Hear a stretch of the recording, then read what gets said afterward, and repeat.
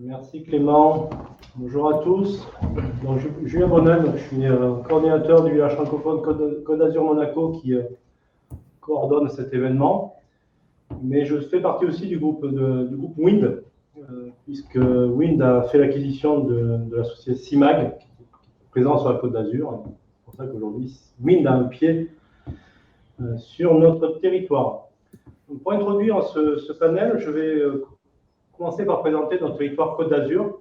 La Côte d'Azur fédère des territoires d'excellence tels que Nice, dans le top 15 des villes intelligentes, Monaco, un pôle financier stable et mondialement reconnu, Cannes, un acteur mondial du cinéma et du luxe, Grasse, la capitale mondiale de la parfumerie, et Sophia Antipolis, la première technopole européenne, 2500 entreprises, 38 000 emplois, 4500 chercheurs, 5500 étudiants, qui a accueilli la première connexion française à Internet.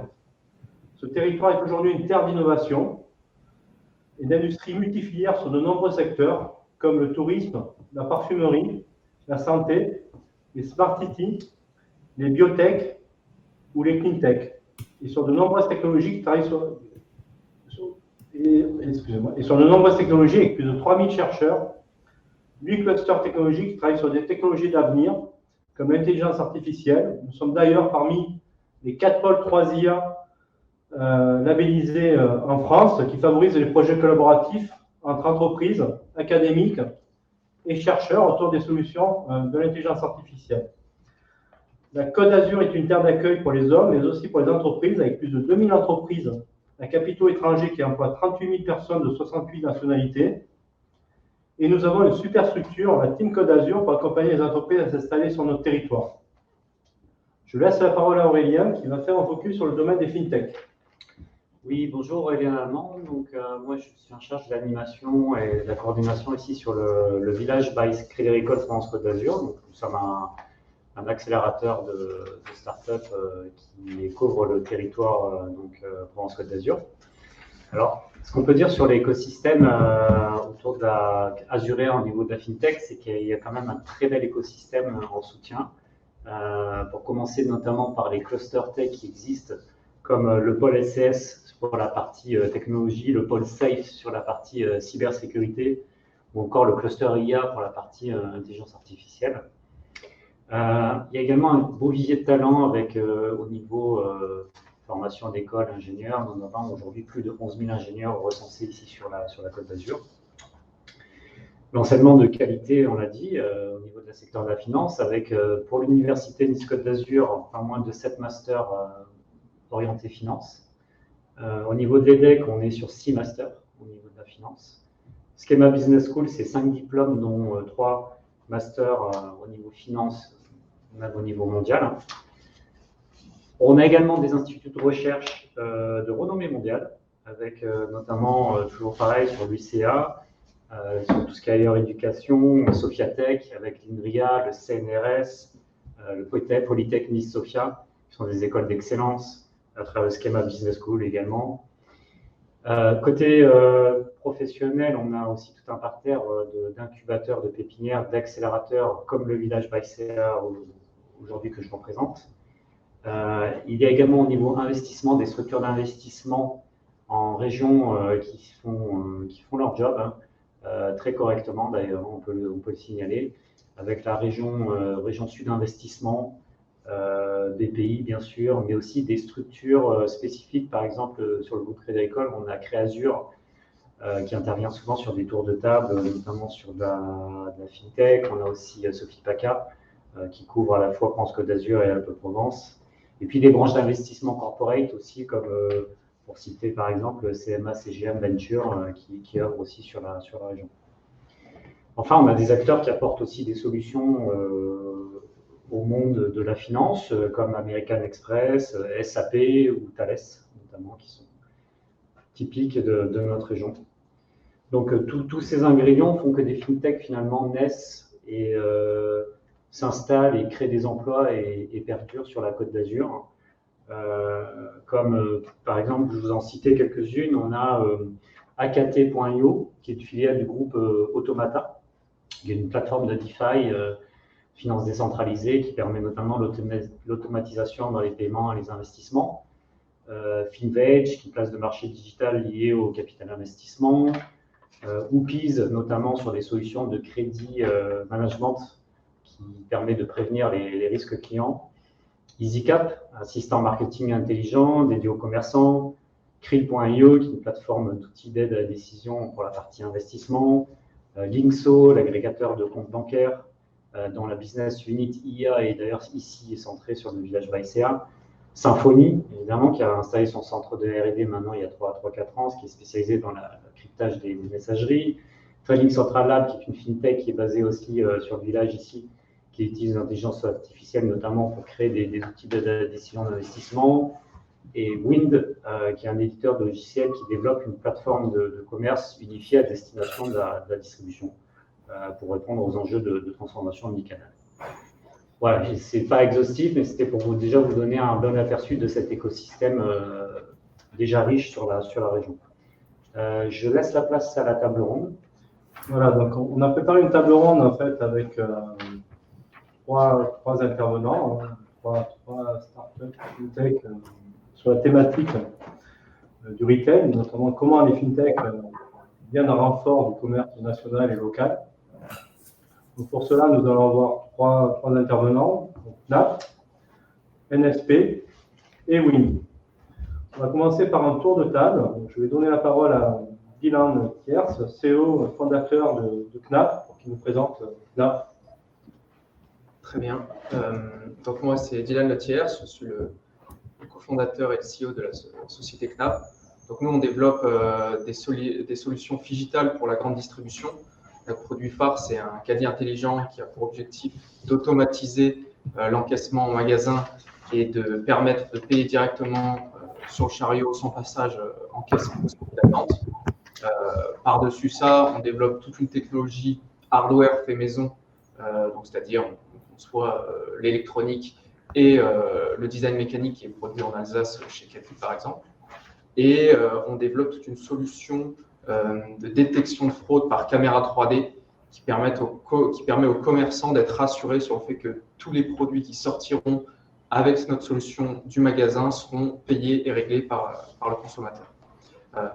Notre objectif, c'est vraiment de concevoir un écosystème digital en magasin.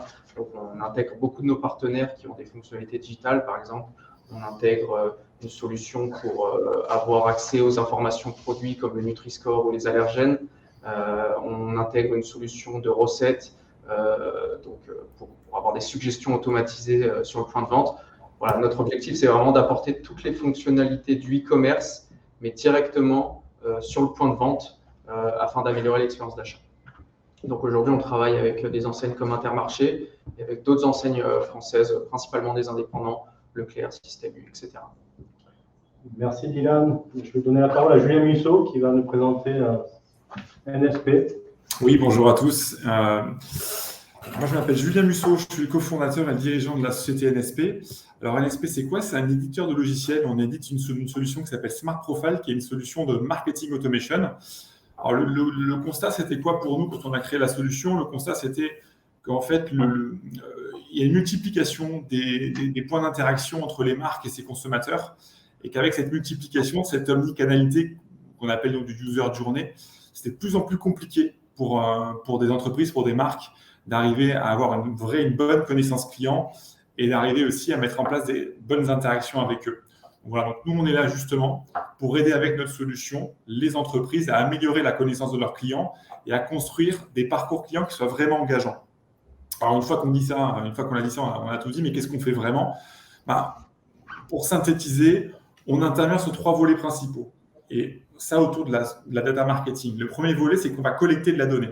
On va collecter de la donnée client sur l'ensemble du parcours qui est maintenant devenu omnicanal. Ça veut dire quoi? Ça veut dire qu'aujourd'hui, un consommateur, quand il rentre en contact avec une marque, il peut rentrer en boutique physique, mais il peut aussi le faire sur un site internet, sur un site mobile, et même maintenant, depuis pas très longtemps, sur un assistant vocal.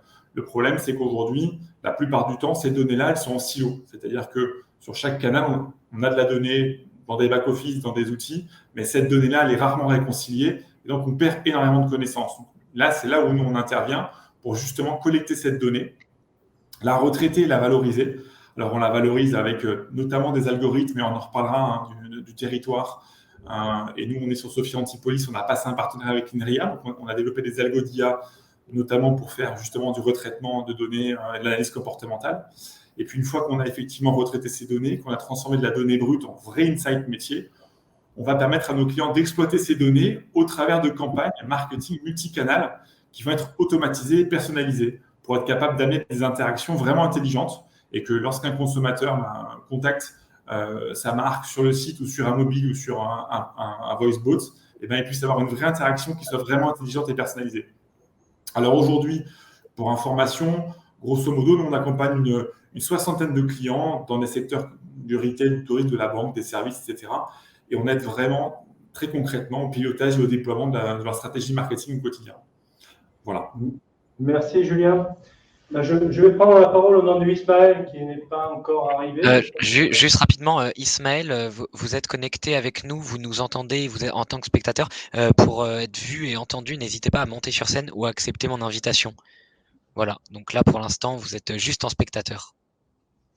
Donc Ismaël est bien avec nous, mais pas sur scène en intervenant. Tu l'entendras beaucoup mieux que moi. Oui.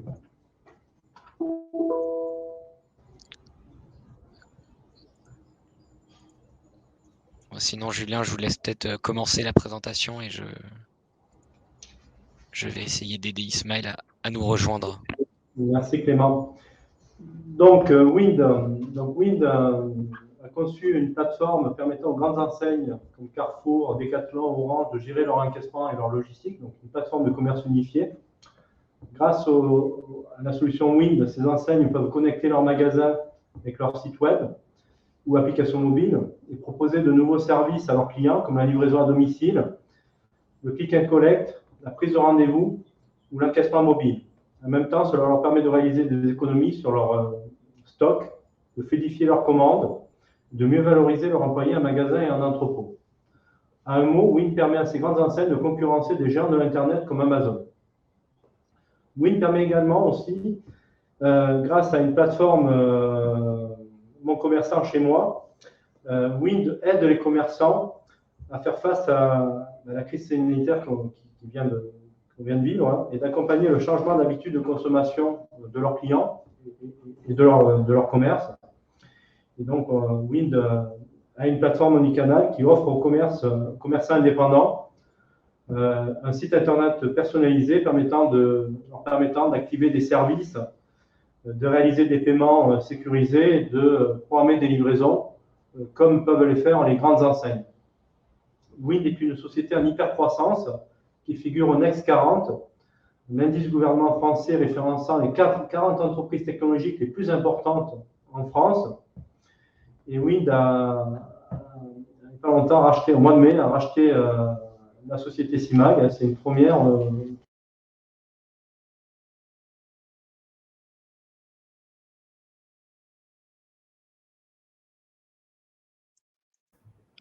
J'ai l'impression que nous avons perdu la connexion. Hop. Ah, est-ce que vous m'entendez? Oui, bonjour Ismaël. On vous entend et on vous voit. Allô? Oui. Ouais. Allô, Est-ce que vous m'entendez? Alors, j'ai l'impression que vous le retour n'est pas bon. Oui, Allô? oui, Oui. on vous... J'entends rien. Si. On vous entend. Bonjour. Bonjour, Désolé, Ismaël. j'entends rien du tout. Tu nous entends, Ismaël?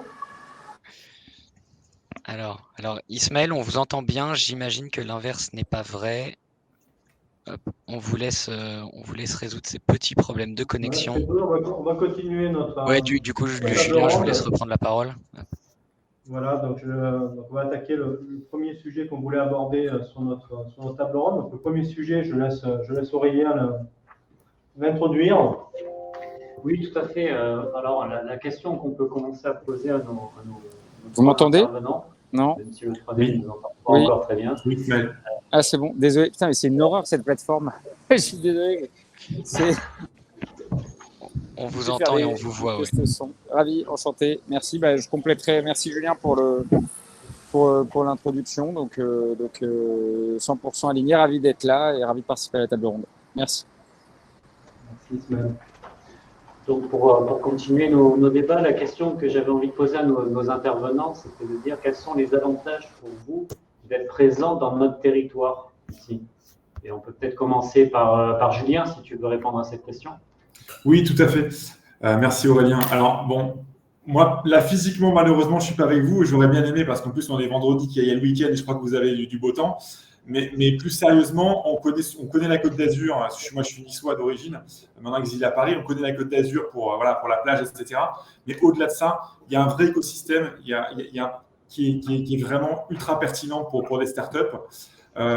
Et cet écosystème-là, il passe d'abord, et vous l'avez dit tout à l'heure, hein, par des écoles, des universités, des laboratoires. Moi, je connais bien parce que j'ai fait une école, j'ai fait Schema à Sophia Antipolis. À titre personnel, je suis professeur vacataire à l'université de Nice. Et j'ai eu la chance de mettre en place un partenariat avec l'INRIA. Donc, on a vraiment un vivier à la fois d'étudiants, de chercheurs, qui est vraiment hyper important pour créer de la synergie et pour vraiment alimenter des startups en ressources. Et pour nous, c'est très important parce que le moteur d'une startup, ça reste ses équipes. Donc, premièrement, pour moi, le vivier, et on a encore une fois des très bonnes écoles, des très bonnes universités, des très bons labos de recherche. C'est le premier point. Le deuxième point, c'est qu'on a aussi un tissu associatif qui est de plus en plus pertinent. Et je pense à toi, Aurélien, je pense à Julien, je pense au pôle de compétitivité, au village Baïséa, à la French Tech, Télécom Valley, bref, au village francophone. Il y a un ensemble, un vrai écosystème qui permet aux startups d'échanger, de réfléchir, de monter des projets. Parce qu'on sait qu'il y a aussi des projets qui se montent d'innovation, de recherche, etc. Et ça peut se faire dans un cadre. Et ce cadre associatif, il est hyper important. Et enfin, il commence à y avoir un vrai maillage d'entreprises locales, de start-up au niveau local, avec qui on peut aujourd'hui vraiment mettre en place des vrais projets de partenariat fort, de co-développement, de co-innovation. J'en veux pour preuve, nous, on a l'illustration avec CIMAG, Wind, donc CIMAG et Julien, puisqu'on a mis effectivement en place un programme de co-innovation qui est vraiment très pertinent. L'ancrage territorial, pour nous, il est essentiel. Et être sur la Côte d'Azur, ce n'est pas simplement pour le soleil et la plage. Merci Julien. Je vais enchaîner avec Dylan. Ça va faire un petit peu doublon avec ce qu'a dit Julien, parce que c'est vraiment à peu près les points que j'ai retenus aussi. Nous, de notre côté, on a vraiment été vraiment beaucoup accompagnés par l'écosystème à notre démarrage. Quand on monte une société, on n'est pas forcément expert sur tous les domaines, voire sur quasiment aucun domaine. Et donc, c'est super important de pouvoir être accompagné par des experts qui sont présents sur le territoire. Et c'est très difficile de se faire accompagner par des experts qui sont basés à Paris, de le faire en visio. Il faut pouvoir les voir, comprendre comment ils pensent, etc. Et donc, ça doit forcément être local. Nous, on s'est fait vraiment beaucoup accompagner au début par des associations ou des accélérateurs locaux.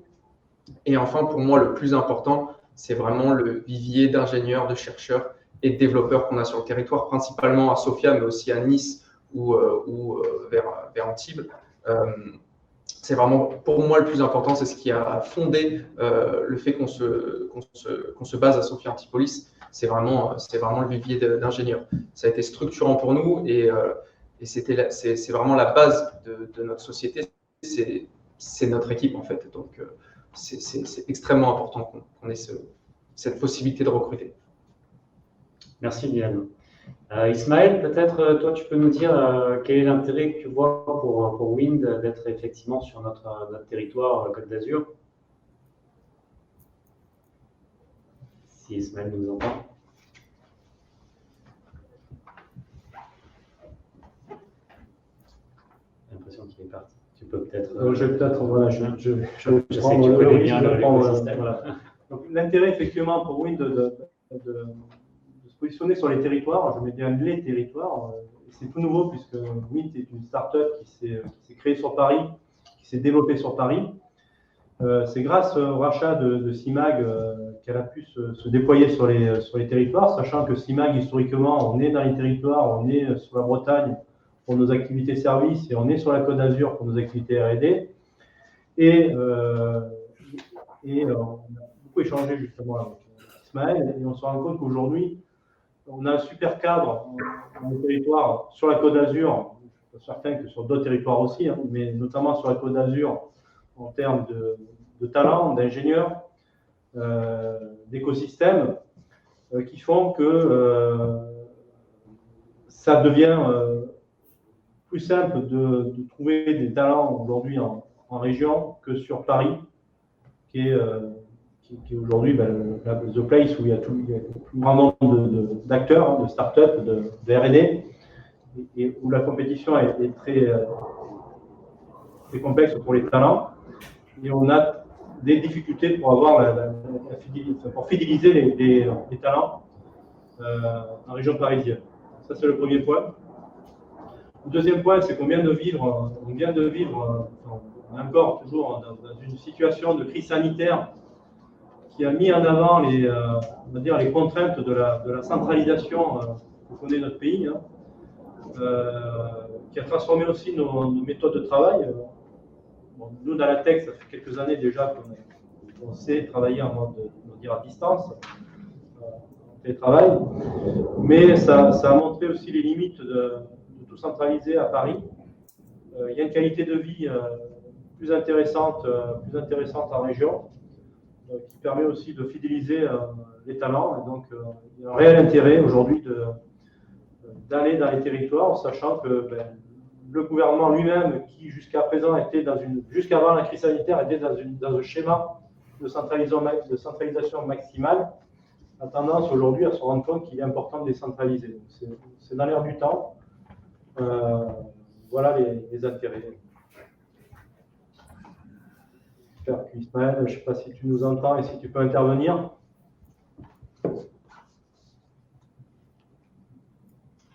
Bon, on va continuer donc sur le prochain sujet. On va garder le timing. Donc le sujet suivant qu'on voulait adresser avec nos intervenants, c'est quelles sont les solutions que chaque intervenant apporte aux grandes enseignes pour qu'elles puissent concurrencer des géants comme Amazon et Alibaba. Je vais commencer par Dylan. Alors du coup, nous, pour concurrencer ces enseignes, pour que les enseignes françaises, principalement, parce que c'est avec elles qu'on travaille aujourd'hui, puissent concurrencer des géants du e-commerce, notre objectif, c'est de ramener le consommateur sur les points de vente. C'est vraiment sur ça qu'on s'appuie.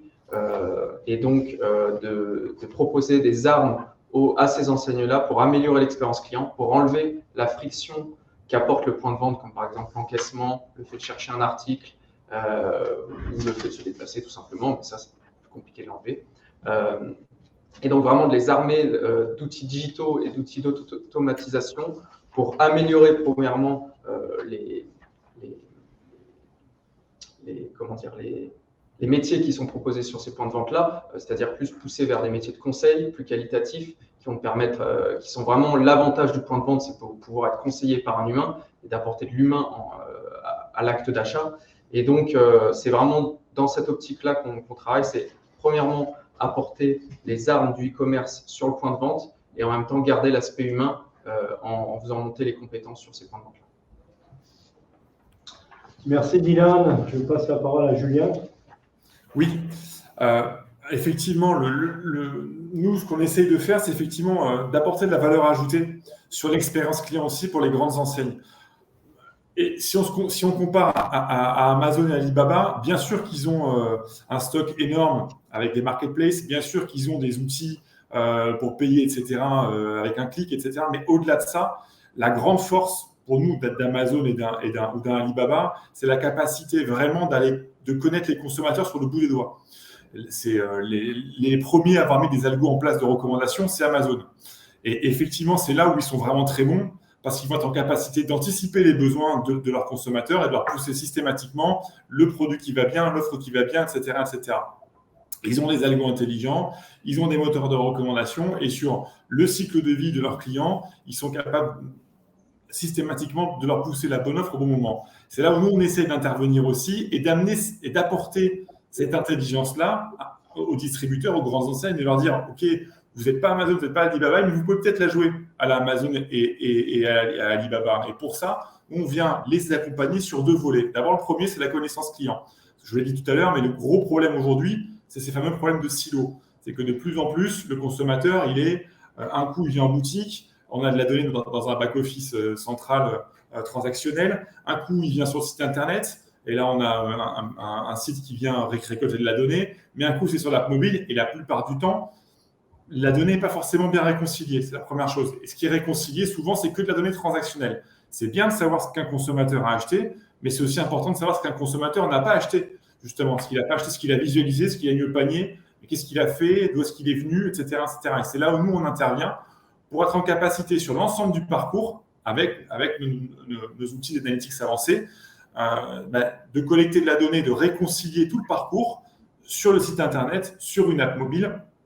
Ça peut être aussi sur un voice bot. Je vous l'annonce ici en première. On est les premiers justement à le faire. C'est-à-dire qu'on est la première plateforme de marketing automation dans le monde aujourd'hui à rajouter, en plus du tracking web, en plus du tracking mobile, du tracking sur des skills Alexa. Ça veut dire qu'à un moment donné, si vous avez un client qui vient en boutique, sur le site, sur une app ou sur une skill, on va être en capacité de savoir qu'est-ce qu'il a fait, qu'est-ce qu'il a vu, qu'est-ce qu'il a mis au panier, etc.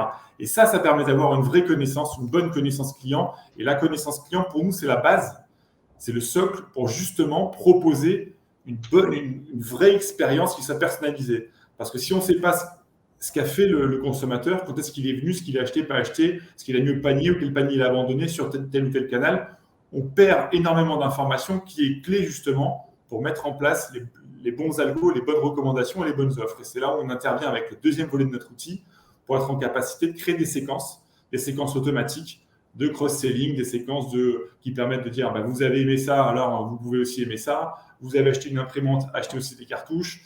Ça fait 6 mois qu'on ne vous a pas vu, etc. L'outil permet de faire tout ça. Voilà, de vraiment personnaliser l'expérience. Et encore une fois, sur l'ensemble des canaux. Ça veut dire que vous avez fait une action sur le site Internet, on est aussi en capacité de vous parler sur un mobile ou sur un voice bot. Voilà un petit peu comment nous, on essaye d'amener notre pierre à l'édifice auprès des distributeurs pour dire jouez là comme Amazon avec des outils qui sont simples, accessibles, qui vont nous permettre d'amener une expérience qui va ressembler à celle qu'Amazon offre à ses consommateurs. Merci Julien. Ismaël, tu nous entends? Tu peux prendre la parole ou je prends la parole? Donc, je vais prendre la parole. Donc, Wind, nous, ce que j'ai décrit tout à l'heure, on a une offre qui permet aux retailers de mettre en place tout un ensemble de mécanismes permettant de traiter le parcours client sur tous leurs canaux, magasins, e-commerce, web.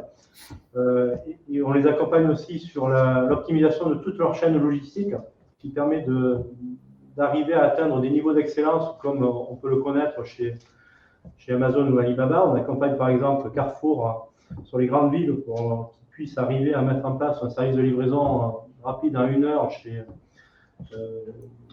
les clients, à partir du moment où il y a eu un achat. On travaille aussi sur tout ce qui est connaissance client, notamment sur tous les parcours magasins. Et là, on travaille avec NSP pour associer cette connaissance client magasin aux connaissances clients par rapport à leur parcours sur des sites web qui ne sont pas marchands. Donc, on a toute une panoplie nous permettant de donner les outils aux retailers français, d'avoir des services qui seront équivalents à ceux d'Amazon ou d'Alibaba, tout en maintenant leur magasin et au service de l'humain, parce qu'on pense qu'aujourd'hui, il est important, même si les canaux digitaux se développent, je suis d'accord avec Dylan, c'est qu'il est important de garder une expérience client fort dans les magasins.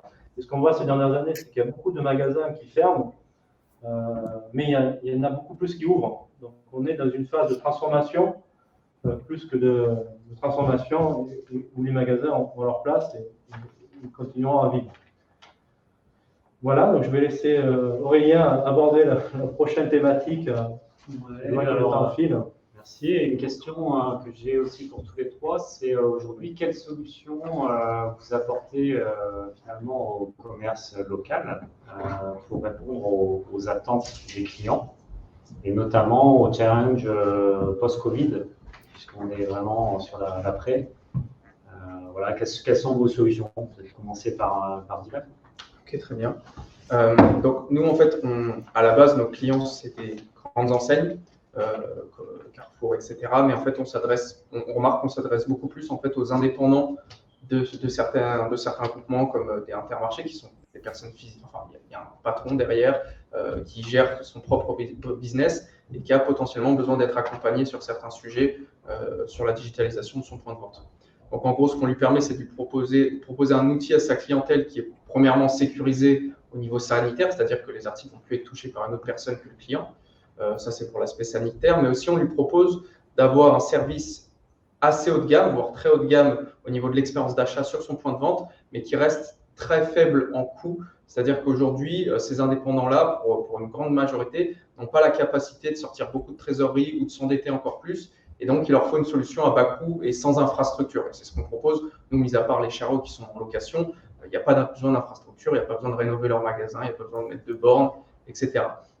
Ça, c'est le premier sujet. Et enfin, on a remarqué qu'en fait, la majorité des données au niveau du magasin, du tracking des clients, des achats, etc., de l'expérience des points chauds du magasin, etc., sont vraiment centralisées au niveau des enseignes et sont très peu exploitées par les points de vente en tant que tels, par le directeur d'un intermarché ou d'un système U. Et donc, nous, on leur permet d'avoir de la donnée sur l'expérience d'achat en magasin, c'est-à-dire quel article ils achètent en premier, quels articles ils n'achètent pas, quels sont les points chauds, etc.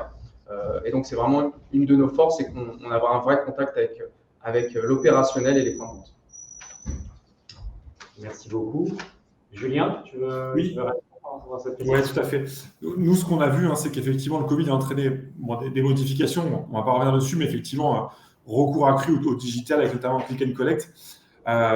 Et à côté de ça, on s'est rendu compte aussi que de plus en plus, les consommateurs voulaient avoir un contact plus authentique avec leurs commerçants, donc plus local, plus personnel. Un des problèmes qu'on a vu, nous, avec les commerçants de proximité, c'était de dire OK, c'est bien, on va le click and collect. Le problème, c'est comment on fait savoir à nos clients, comment est-ce qu'on rentre en contact avec eux. Parce que la plupart du temps, les commerçants qui font partie d'un réseau de distributeurs, la communication se fait au niveau central, mais ce n'est pas au niveau local. Et donc, au niveau local, aller contacter son consommateur, c'est un petit peu compliqué. Donc, nous, effectivement, pour adresser ce challenge-là, on propose aux commerçants une plateforme de marketing local distribuée qui a pour vocation d'apporter en fait un kit d'outils digitaux prêts à l'emploi pour les commerçants. Alors, c'est quoi? C'est d'abord des outils pour collecter de la donnée. Il faut que je sache qui sont mes clients, donc un petit formulaire en ligne avec un QR code pour venir renseigner ne serait-ce qu'un email, un numéro de téléphone mobile. Pourquoi? Parce que c'est le début d'une communication pour dire au fait, vous pouvez maintenant faire du click and collect, vous venez acheter un livre, notre librairie est ouverte malgré le Covid, ou notre restaurant reste ouvert. Voilà. Donc pour ça, il faut effectivement, premièrement, des outils pour collecter de la donnée. Deuxièmement, des outils simples pour que des commerçants puissent très facilement envoyer des campagnes auprès de leurs clients. Là, il y a une offre, il y a une promo, il y a une réouverture, etc. Donc, envoyer un email, envoyer un SMS, ça doit être simple, facile et rapide. Et donc, notre plateforme de marketing local permet effectivement de le faire. Et puis, enfin, pour aussi les aider dans cette notion de campagne d'acquisition et de drive to store, on a intégré de l'allocation de fichiers. Parce que la plupart du temps, les commerçants n'ont pas forcément des fichiers de contact. Dire, voilà, vous voulez faire revenir en boutique, en magasin des consommateurs, venez louer un fichier de SMS et ils viennent faire du comptage sur notre outil et ça passe par des partenaires qui derrière enroutent les SMS avec des liens courts pour les faire venir directement en boutique. Voilà, juste pour terminer cette notion de distribuer qui pour nous est très importante parce qu'en fait, ce qu'on a, c'est qu'on a souvent encore une fois une communication qui est très nationale. Et c'est ce que dit Dylan aussi, c'est que la donnée, elle est souvent au niveau national et elle ne redescend pas au niveau local. C'est pareil pour les campagnes. Et l'idée, c'est que pour nous, c'est de dire aux grandes enseignes, créez vos modèles, créez vos templates, gardez la main sur votre identité corporate, mais distribuez des modèles d'email, des modèles de SMS qui vont être récupérés et utilisés en local parce que personne ne connaît mieux les consommateurs que votre réseau en local. Puis, dernier point qui est aussi important, c'est le RGPD, parce qu'on se rend compte souvent que des fois, ce n'est pas évident pour des commerçants au niveau local d'être dans les clous au niveau consentement, au niveau gestion des données. Et notre plateforme permet aussi de faire ça et d'être très rassuré sur le fait qu'on a bien du consentement, que c'est bien historisé, qu'une personne qui ne veut pas recevoir une communication ne la reçoit pas, et qu'une donnée qui doit être effacée au bout de 2, 3, 4 ans parce qu'on n'a plus de contact client, l'est effectivement. Voilà rapidement comment on essaye d'aider les commerces au niveau local. Merci Julien. Même question du coup pour le duo Ismaël, Génia. Ismaël? Bon, j'y vais. Donc, côté Wind, comme Knapp, on accompagne beaucoup de commerçants indépendants dans les chaînes magasins. Et on voit qu'aujourd'hui, les enseignes qui s'en sortent le plus sont celles qui ont le plus gros réseau d'indépendants. Et on voit que les indépendants, c'est ceux qui s'adaptent le plus aux besoins de leurs clients, ce qui ressort. Et donc, c'est ceux qui sont en attente de solutions qui leur permettent de répondre aux besoins clients. Je vois qu'Ismaël, peut-être. On visite Paris avec Ismaël. Oui, je suis là. Tu veux continuer sur les solutions qu'on apporte aux commerçants locaux? Alors, la question, pardon, je n'ai pas entendu. La question, c'est quelles solutions nous apportons aux commerçants locaux, au commerce local, pour qu'elles puissent répondre aux attentes de leurs clients et aux challenges post-Covid. J'avais commencé à aborder le fait qu'on accompagnait beaucoup d'indépendants aussi. Voilà. Alors, on a plusieurs approches dédiées vis-à-vis des commerçants. Donc, il y avait les activités de Wind. On a développé une plateforme qui s'appelle Mon commerçant chez moi. Le business case, c'est donc le client final et la mairie et l'utilisateur et le commerçant. Et l'enjeu, ce sont des mini places de marché locales. Donc aujourd'hui, on a quelques milliers de commerçants qui utilisent la plateforme tous les jours dans un objectif de digitaliser leur catalogue produit et de pouvoir, en complément de revenus, gérer de la vente en ligne et pour que ce soit du click and collect ou de la livraison. L'enjeu, c'est pas de développer du trafic, c'est pas du tout un e-commerce parce que c'est pas le rôle des mairies. Par contre, c'est un outil, donc c'est comme un téléphone en fait, c'est de dire au client un nouvel outil de passage de commande. Donc réservation, donc prise de rendez-vous pour tout ce qui est activité de service et click and collect et livraison. Ça permet au commerce de quartier de développer ses services et du coup d'être à la fois compétitif vis-à-vis des grandes enseignes et des pure players web. Donc c'est vraiment un canal, un outil supplémentaire.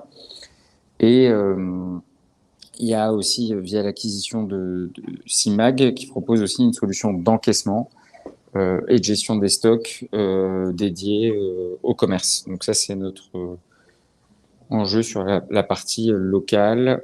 Voilà. Merci. Merci, Ismaël. Merci. L'heure tourne, donc on arrive au mot de la fin, conclusion vis-à-vis de nos échanges. Peut-être commencer par Dylan. Allez, je me lance. Donc moi, j'aimerais revenir sur un des sujets qu'on a abordé, qui est vraiment quand on monte sur une fintech ou une startup en général, souvent en fait notre métier principal, ça va être de créer un produit digital. Et donc ça se fait par une équipe, ça se fait par le recrutement de personnes. Donc je pense qu'il faut que c'est la base de notre nouveau métier. On produit souvent en fait que du logiciel et c'est créé par des gens, on n'a pas besoin de produire de matériaux, etc. Alors nous oui, mais c'est une exception. Et donc il faut leur proposer un cadre intéressant pour pouvoir les fidéliser. Je pense que sur la région, il n'y a pas mieux pour fidéliser une équipe. Merci Dylan. Julien? Oui, je ne sais pas si le micro est ouvert. Oui, pour conclure,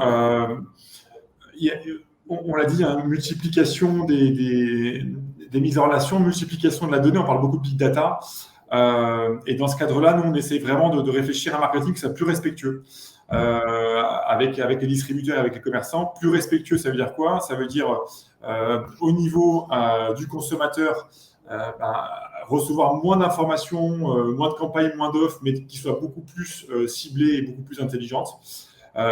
Pour aussi aider l'environnement, c'est-à-dire moins consommer d'énergie avec de l'envoi de campagne, etc., etc. Et puis côté entreprise, avoir des campagnes qui soient aussi plus performantes et plus engageantes. Et c'est important pour ça d'être en capacité de retraiter toute la big data qu'on peut avoir sur les consommateurs et de n'en conserver qu'une partie qui soit respectueuse du RGPD aussi, ce que nous on appelle la smart data. C'est-à-dire vraiment être capable de transformer de la big data en données qui soient vraiment des vrais insights et qui soient cohérents, qui soient intelligents et qui servent à la fois à l'entreprise, à la fois aux consommateurs. Et tout ça faisant qu'avec moins de données, on fera aussi du bien à l'environnement. Voilà. Merci Julien. Ismaël, même si ça a été dur, est-ce que tu peux justement nous apporter le mot de la fin, le point important à retenir sur les sujets qu'on a abordés?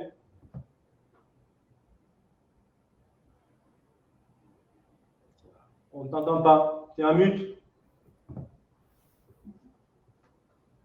Tu es un mute en fait sur le téléphone. Clément, tu peux peut-être l'enlever? Je ne peux pas le démute moi-même, mais je peux faire la demande qu'il se démute. Ouais. Ah, on a perdu Ismaël.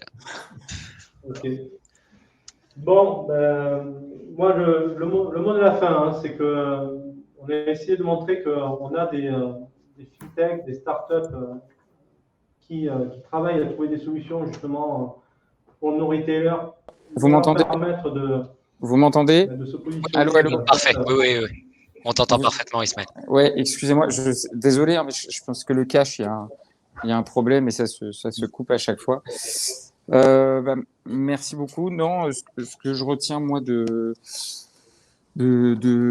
cette conférence, l'enjeu en fait des territoires et des régions comme vivier pour l'emploi et pour développer l'innovation, pour nous c'est quelque chose de primordial. C'est notre premier levier de croissance. Donc il y a 90% de nos recrutements qui sont prévus pour l'année prochaine sont prévus en région. Ce qu'on expliquait, nous, en termes de KPI et de trigger, c'est vraiment de pouvoir acquérir plus vite les compétences, plus de rétention et une meilleure durabilité, parce qu'il y a une vraie tension dans la région parisienne autour des emplois de la tech. Voilà, on veut créer des vraies filières, nous, sur du long terme. On a même de la formation en interne et suivi. Et ça permet également de se positionner en termes de territoire pour tester des innovations plus en local. Voilà. Merci Ismaël. Et moi je rajouterais qu'on a des fintechs, on a des startups innovantes, imaginatives dans beaucoup de secteurs, et notamment le secteur du retail, et on travaille à apporter des solutions pour concurrencer des acteurs comme Amazon, Alibaba, enfin, donner les solutions à nos retailers.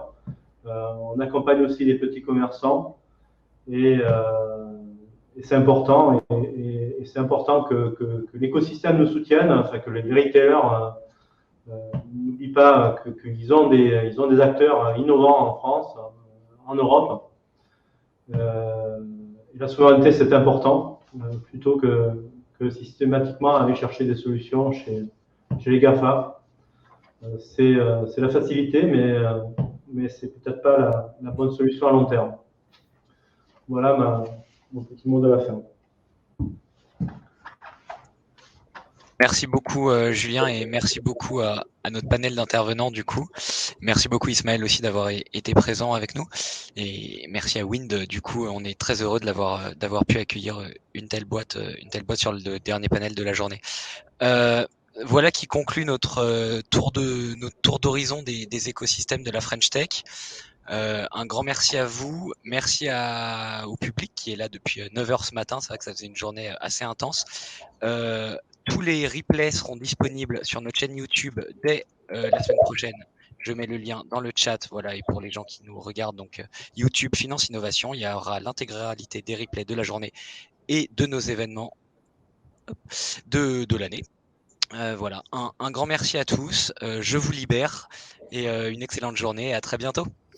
Merci. Bonne journée. À bientôt. Au revoir.